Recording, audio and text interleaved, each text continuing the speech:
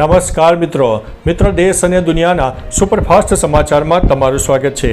અમેરિકાના military base ઉપર હુમલો, 5 સૈનિકો ઘાયલ। અમેરિકાના જ્યોર્જિયા રાજ્યમાં હાલ ફોર્ટ સ્ટીવર્ટ મિલિટરી બેઝ ઉપર બુધવારે એક હુમલાખોરે ગોળીબાર કર્યો, જેમાં 5 સૈનિકો ઘાયલ થયા। આ ઘટના બાદ બેઝના કેટલાક ભાગોને સીલ કરી દેવામાં આવ્યા। તમામ ઘાયલ સૈનિકોને તાત્કાલિક હોસ્પિટલમાં ખસેડવામાં આવ્યા। હુમલાખોરની ધરપકડ કરી લેવામાં આવી છે અને મીડિયાના રિપોર્ટ મુજબ તે પણ સૈનિક હતો। મિત્રો, અન્ય મહત્વના સમાચારની વાત કરીએ તો સુરતના પીએસઆઈ 40,000 રૂપિયાની લાંચ લેતા ઝડપાયા છે। સુરતના સરથાણા પોલીસ સ્ટેશનમાં ફરજ બજાવતા પીએસઆઈ એમજી લિંબોલાની એન્ટી કરપ્શન બ્યુરોએ 40,000ની લાંચ લેતા રંગે હાથે ઝડપી લીધા છે। પીએસઆઈએ એક આરોપીને માર ન મારવા અને વહેલા જામીન ઉપર છોડાવવા માટે આ લાંચની માગણી કરી હતી। ફરિયાદી લાંચ આપવા માંગતા ન હોવાથી તેમણે એસીબીમાં સંપર્ક કર્યો। એસીબીએ છટકું ગોઠવીને પીએસઆઈની ધરપકડ કરી છે અને આગળની કાર્યવાહી હાથ ધરી છે। મિત્રો, અન્ય મહત્વના સમાચારની વાત કરીએ તો અમદાવાદ મ્યુનિસિપલ કોર્પોરેશનના વાહને 7થી 8 લોકોને અડફેટે લીધા, એકનું થયું છે મોત। અમદાવાદના જમાલપુર વિસ્તારમાં અમદાવાદ મ્યુનિસિપલ કોર્પોરેશનના ગાર્બેજ કલેક્શન કરતા વાહને અકસ્માત સર્જ્યો। વહેલી સવારે ફૂટપાથ ઝડપે વાહન રસ્તા પર 7થી 8 વાહનોને અડફેટે લીધા અને લોકોને પણ અડફેટે લીધા, જેમાં 50 વર્ષીય આધેડનું ઘટના સ્થળે મોત થયું છે અને બાળકો સહિત 7 લોકોને ગંભીર ઈજાઓ પહોંચી છે। અકસ્માત બાદ ઈજાગ્રસ્તોને તાત્કાલિક સારવાર માટે હોસ્પિટલમાં ખસેડવામાં આવ્યા છે।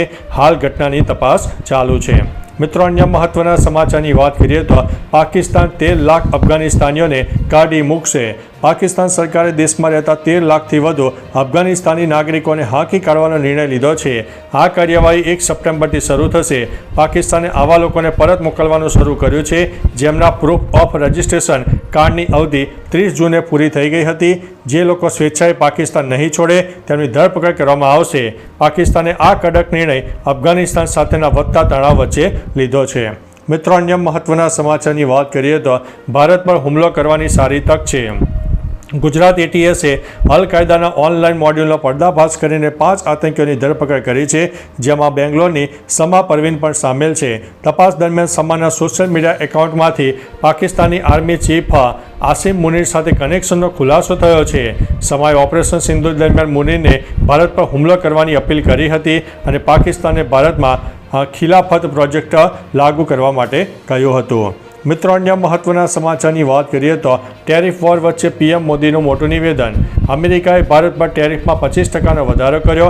બાદમાં વડાપ્રધાન મોદીએ સ્પષ્ટતા કરી છે કે ભારત ખેડૂતોના હિતમાં ક્યારેય સમાધાન નહીં કરે। MS સ્વામીનાથન શતાબ્દી સંમેલનમાં તેમણે કહ્યું છે કે ભારત ખેડૂતોની આવક વધારવા અને ખેતી ખર્ચ ઘટાડવા પ્રયત્નશીલ છે। સોયાબીન, સરસો, મગફળીનું ઉત્પાદન રેકોર્ડ સ્તરે પહોંચ્યું છે અને ભારત ખેડૂતોના હિતો માટે કોઈ પણ કિંમત ચૂકવવા માટે તૈયાર છે। મિત્રો, અન્ય મહત્વના સમાચારની વાત કરીએ તો ટ્રમ્પની વધુ એક ધમકી। હજુ તો સેકન્ડરી ટેરિફ બાકી છે। ભારત પર 25% ટેરિફ લાદ્યા બાદ ડોનાલ્ડ ટ્રમ્પે વધુ પ્રતિબંધોની ધમકી આપી છે। તેમણે કહ્યું છે કે તમને હજુ પણ ઘણું જોવા મળશે, હજુ ઘણા સેકન્ડરી સેક્શન જોવા મળશે। તેમણે ભારત પર રશિયા પાસેથી ક્રૂડ ઓઇલ ખરીદવાનો આરોપ લગાવ્યો છે અને કહ્યું છે કે ભારત યુદ્ધ મિશનને ફ્યુઅલ આપી રહ્યું છે। ટ્રમ્પનું આ નિવેદન ભારત માટે ચિંતાજનક છે। જો કે ભારતીય વિદેશ મંત્રાલયે અમેરિકાની કાર્યવાહીને ગેરકાયદેસર ગણાવી છે। મિત્રો, અન્ય મહત્વના સમાચારની વાત કરીએ તો ગુજરાતમાં 4 કરોડ લોકોના ખાવાના ફાંફા। ગુજરાતમાં જ્યાં એક તરફ વિકાસની વાતો થાય છે, ત્યાં બીજી તરફ અડધા કરતાં વધુ લોકો ગરીબીની રેખા નીચે જીવે છે। કેન્દ્રીય અન્ન પુરવઠા વિભાગે સંસદમાં રિપોર્ટ રજૂ કર્યો। ગુજરાતમાં 3.65 કરોડ લોકો મફત અનાજ મેળવે છે। વર્ષ 2022-23માં 3.45 કરોડ લોકો મફત અનાજ મેળવતા હતા, જ્યારે 2025માં આ સંખ્યા વધીને 3.65 કરોડ સુધી પહોંચી ગઈ છે। આ વિસંગત સ્થિતિ ગુજરાતના વિકાસના દાવાઓ સામે સવાલ ઊભા કરે છે। મિત્રો, અન્ય મહત્વના સમાચારની વાત કરીએ તો વડોદરામાં 8 મહિનાનું બાળક ચાંદીપુરા વાયરસથી સંક્રમિત થયું છે। વડોદરામાં ચાંદીપુરા વાયરસનો કહેર જોવા મળી રહ્યો છે, જેમાં એક 8 મહિનાનું બાળક સંક્રમિત થયું છે। છેલ્લા 2 મહિનામાં 27 બાળકોએ આ વાયરસની સારવાર લીધી હતી, જેમાં અત્યાર સુધીમાં 17 બાળકોના મોત થયા છે। આ વાયરસથી સંક્રમિત દર્દીઓ મુખ્યત્વે પંચમહાલ અને ગોધરા જેવા આસપાસના વિસ્તારમાંથી મળી આવ્યા છે। આ વાયરસના લક્ષણોમાં તીવ્ર તાવ, ઝાડા અને ઉલટીનો સમાવેશ થાય છે। મિત્રો અન્ય મહત્વના સમાચારની વાત કરીએ તો પીળા રંગના કાચબાનું રેસ્ક્યુ. વડોદરાના તરસાલી વિસ્તારમાંથી દુર્લભ રંગનો અલ્બીનો કાચબો મળી આવ્યો છે. 10 ઇંચ લાંબો આ ઇન્ડિયનના ફ્લેપ શેપ કાચબો રેસ્ક્યુ કરીને વન વિભાગને સુપરત કરવામાં આવ્યો છે. રંગદ્રવ્યોના અભાવને કારણે તેનો રંગ પીળો છે. ગુજરાત પ્રાણી ક્રૂરતા નિવારણ સંસ્થાના એક્ટિવિસ્ટ રમેશ ચાઈજી અનુસાર ગુજરાતમાં આવી પ્રજાતિનો કાચબો મળ્યો હોય તેવો પહેલો અને ભારતમાં 7મો કિસ્સો છે. આ કાચબો પ્રકાશ પ્રત્યે વધુ સંવેદનશીલ હોય છે. મિત્રો અન્ય મહત્વના સમાચારની વાત કરીએ તો ગ્રાન્ટ ઇન એડ શાળાઓને 1.50 કરોડ રૂપિયા સુધીની સહાય. ગુજરાત સરકારે મિશન સ્કૂલ ઓફ એક્સલન્સ 2.0 હેઠળ ગ્રાન્ટ ઇન એડ માધ્યમિક અને ઉચ્ચતર માધ્યમિક શાળાઓને માળખાકીય સુવિધાઓ માટે આર્થિક સહાય આપવાનો નિર્ણય કર્યો છે. આ યોજના હેઠળ શાળાઓને વિદ્યાર્થીઓની સંખ્યા મુજબ 10 લાખથી લઈને 1.50 કરોડ સુધીની એક વખતની સહાય મળશે. આ નિર્ણયનો મુખ્ય હેતુ શાળાઓમાં ગુણવત્તાયુક્ત શિક્ષણને પ્રોત્સાહન આપવાનો રહ્યો છે. મિત્રો અન્ય મહત્વના સમાચારની વાત કરીએ તો પાકિસ્તાનની આર્મી ચીફ અસીમ મુનીર ફરી જશે અમેરિકા.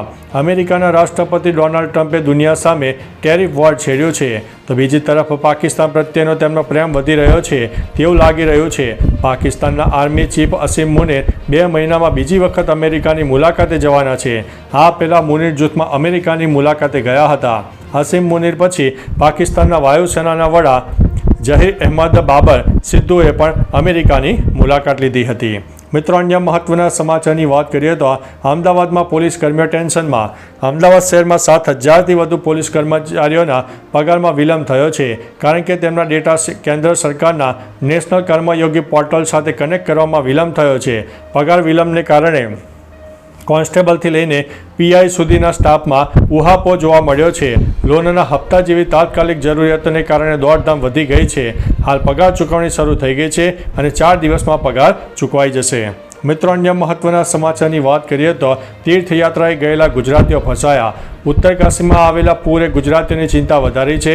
પૂરના કારણે અત્યાર સુધીમાં 500થી વધુ લોકો સાથેનો સંપર્ક તૂટ્યો છે. ખાસ કરીને ગુજરાતમાંથી અમદાવાદ, બનાસકાંઠા, પાટણ અને ભાવનગરના લોકો તીર્થયાત્રાએ ગયા હતા. ગુજરાત સરકાર તરફથી મેડિકલ સેવાઓ ઉપલબ્ધ કરવામાં આવી છે. ખાસ કે અમદાવાદના 99, બનાસકાંઠાના 10, પાટણના 12, ભાવનગરના 15 પ્રવાસીઓ ઉત્તરાખંડમાં સુરક્ષિત હોવાનું સામે આવ્યું છે. મિત્રો અન્ય મહત્વના સમાચારની વાત કરીએ તો દિલ્હીમાં ગમે ત્યારે આવી શકે છે પૂર. દિલ્હીમાં યમુના નદીનું જળસ્તર ખતરાના નિશાનથી ઉપર પહોંચી ગયું છે અને હાલ તે 204.88 મીટર નોંધાયું છે. હરિયાણા અને ઉત્તરાખંડમાં થયેલા ભારે વરસાદને કારણે હથીની કુંડ બેરેજમાંથી છોડાયેલા પાણીના પ્રવાહને કારણે જળસ્તરમાં વધારો થયો છે. નીચાણવાળા વિસ્તારોમાં પૂરનો ખતરો વધી ગયો છે. પ્રવાસન અને આપત્તિ વ્યવસ્થાપન તંત્ર સ્થિતિ ઉપર નજર રાખી રહ્યા છે અને જરૂર પડે ત્યાં રેસ્ક્યુ અને રાહત કામગીરી માટે તૈયાર છે.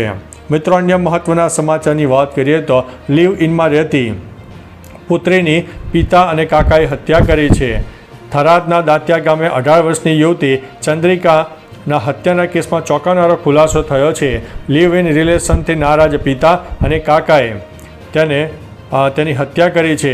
પરિવારજનોએ મોતને હાર્ટ એટેક થયું હોવાની કહીને અગ્નિ સંસ્કાર કરી નાખ્યા. પ્રેમી હરેશની હેબિયસ કોર્પસ અરજી બાદ તપાસમાં ઓનર કિલિંગ પુષ્ટિ થઈ છે અને આરોપી કાકા અને પિતાની ધરપકડ કરવામાં આવી છે. તો ચાલો મિત્રો, ફરીથી દેશ અને દુનિયાના સુપરફાસ્ટ સમાચાર લઈને મળતા રહીશો. ત્યાં સુધી અમને રજા આપશો. નમસ્તે.